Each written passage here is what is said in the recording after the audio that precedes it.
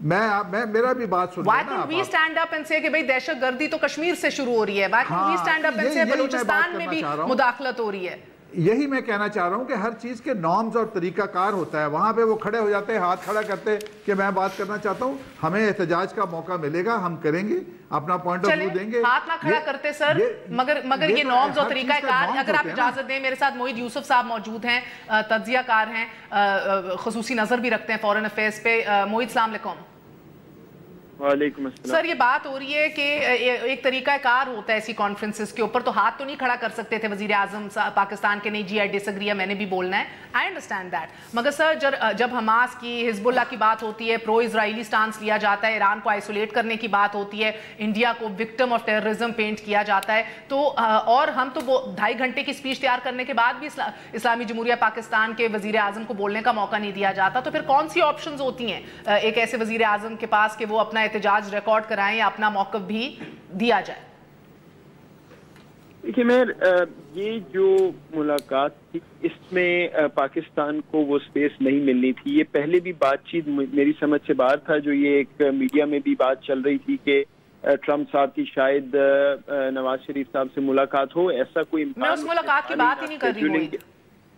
نہیں, میری سنیں نا بات, نہ اسکیجولنگ کے حوالے سے نہ اس کے علاوہ. دیکھیے یہاں پہ فوکس جو ہے وہ ایک سگنل دینا تھا ایران کو اور سعودی عرب اور مسلم دنیا کو کہ امریکہ جو ہے اپنی پرانے الائنس سٹرکچرز کو ریوائیو کر رہا ہے. سعودی عرب کا بھی فوکس اس پہ تھا کہ امریکہ کو یہ دکھایا جائے کہ سعودی عرب ان کے ساتھ ہے, اور امریکہ کا بھی. اس میں پاکستان کی بات نہ ہونا تھی, نہ ہوئی ہے. اگر ہوتی تو میرے نزدیک شاید منفی ہی ہوتی افغانستان کے حوالے سے. تو کسی حد تک تو یہ ٹھیک ہی ہے کہ معاملہ اس طرف نہیں گیا اور مشرق وسطیٰ کے حوالے سے ہی بات ہوئی. جہاں تک پاکستان کو جگہ ملنا ہے اپنا احتجاج کی, وہ بائی لیٹرلی ہوگا. اور اس میں نے ابھی ایک اداریہ بھی اپنا جو لکھا ہے ڈان میں جو کل آئے گا, اس میں نے یہی بات کی ہے کہ میری حیرانگی اس وقت یہ ہے کہ جب میں پاکستانی عہدیداروں سے بات کرتا ہوں تو وہ یہ مانتے ہیں, بات کہتے ہیں کہ ہمیں انگیج کرنا ہے ڈونلڈ ٹرمپ کی ایڈمنسٹریشن سے, کیونکہ ادھر ایک موقع ہے معاملات کو بہتر کرنے کا. دوسری طرف مجھے کوئی حکمت عملی, کوئی کوشش نظر نہیں آتی انگیج کرنے کی. ابھی تک کوئی سیکیورٹی ریلیٹڈ پاکستان کا جو افسر ہے, اعلیٰ افسر, وہ امریکہ نہیں آیا. بھارت کے باقی ممالک کے کتنے ہی لوگ ہو کے چلے گئے. تو اگر یہ ملاقات ہو بھی جاتی وہاں پہ یا کوئی بات ہو بھی جاتی, اس سے کوئی خاطر خواہ تبدیلی نہیں آنی تھی نیریٹو میں. آپ کو ڈائریکٹلی انگیج کرنا ہے امریکہ کے ساتھ, بائی لیٹرلی. امریکہ بھی اس وقت چاہتا ہے کیونکہ افغانستان میں بہرحال جو حالات ہیں پاکستان کے بغیر معاملہ آگے نہیں چلے گا. لیکن پاکستان اگر پرو ایکٹیولی یہ کوشش نہیں کرے گا تو باقی ممالک تو کوشش کر رہے ہیں. ایک سیکنڈ, آپ نے کہا اس بائیلیٹرل ریلیشن کا انیشیٹو لینا اب ہماری ذمہ داری بھی ہے کہ ہم اس کو جمپ سٹارٹ کریں. گو کہ مجھے یاد ہے کہ ڈونلڈ ٹرمپ کی جو کال تھی اور ادھر سے جو ایک پریس ریلیز جاری کی گئی, ڈونلڈ ٹرمپ نے میاں صاحب کو کہا یو آر آسم, انہوں نے کہا no you are awesome, no you are great, no you are really great. یہ سارے اٹ واز ریڈیکولس. مگر دیٹ بینگ سیڈ, اس کے بعد سے کوئی پیش رفت نہیں. اور اس لیول تک بات, سر میں تو میٹنگ کی بات ہی نہیں کر رہی کہ نہ پاکستان سے ملاقات کی ادھر بات ہوئی وزیر اعظم سے, نہ کہیں بھی تقریر میں کہا گیا کہ پاکستان کا کلیدی کردار ہے. جغرافیائی طور پہ دیکھ لیجئے تو صحیح, مگر کلیدی کردار ہے اور اس نے سیکریفائسز کی ہیں, قربانیاں ہیں اس ملک کی. نہیں تو میں دیکھیے نا, آپ کے سامنے ایک بات واضح ہے, جو آپ بات کر رہی ہیں وہ یہ بات اس بات کی عکاسی کرتا ہے کہ پاکستان جو ہے اگر وہاں بھی بات نہیں ہوئی تو آپ کو کوئی نہ کوئی نئی یا فرق حکمت عملی اپنانی ہے. صرف یہ بیٹھ کے دیکھیے, ذمہ داری کی بات نہیں ہے کہ پاکستان کی ذمہ داری ہے یا نہیں ہے. پوائنٹ یہ ہے کہ اس وقت آپ خود کہہ رہی ہیں کہ وہاں بات نہیں ہوئی, پاکستان کا موقف نہیں آیا. تو اگر موقف لانا ہے تو کوئی تبدیلی کرنی پڑے گی نا اپنی حکمت عملی میں. اوباما صاحب کی ایڈمنسٹریشن کے ساتھ آخری سال جو ان کا تھا, پاکستان کے تعلقات بالکل اچھے رہے امریکہ سے. اب تمام لوگ مجھے یہ کہتے ہیں جب میں بات کرتا ہوں کہ ہم یہ ریسیٹ کرنا چاہتے ہیں, تو بھئی اگر ریسیٹ ہونا ہے تو کسی نہ کسی کانٹیکٹ کے ذریعے ہوگا نا. تو کیا کوارڈینیشن ہے آپ کی, کس سے آپ بات کر رہے ہیں, کیوں آپ کے عہدیدار یہاں نہیں آئے, یا آپ نے ابھی تک اور کوئی ایونیو نہیں اپنایا؟ یہ سوالات ہیں جن کے جواب چاہیے. جب یہ بہت شکریہ موحد یوسف صاحب, thank you so much. And I wish I had a foreign minister in the country to connect on the telephone line and ask right now کہ sir out of the box کیوں نہیں سوچا ابھی تک. مگر do you think that's a problem sir, ہم initiatives نہیں لے رہے, آؤٹ آف دی باکس نہیں سوچ رہے, بس ایک لیم ڈک کی طرح بیٹھے ہوئے ہیں اور ایک سی پیک کے محاذ پہ کام کر رہے ہیں, ایک سعودی عرب سے اپنی. پاکستان اس وقت میرا خیال ہے ڈونلڈ ٹرمپ کی ریڈار پہ سرے سے ہے ہی نہیں ہے. تو اس میں میرا خیال ہے اعزاز چودھری صاحب جب سے وہاں پہ گئے انہوں نے کوششیں بھی کی ہیں اور یقیناً انہوں نے کوشش کی ہوگی.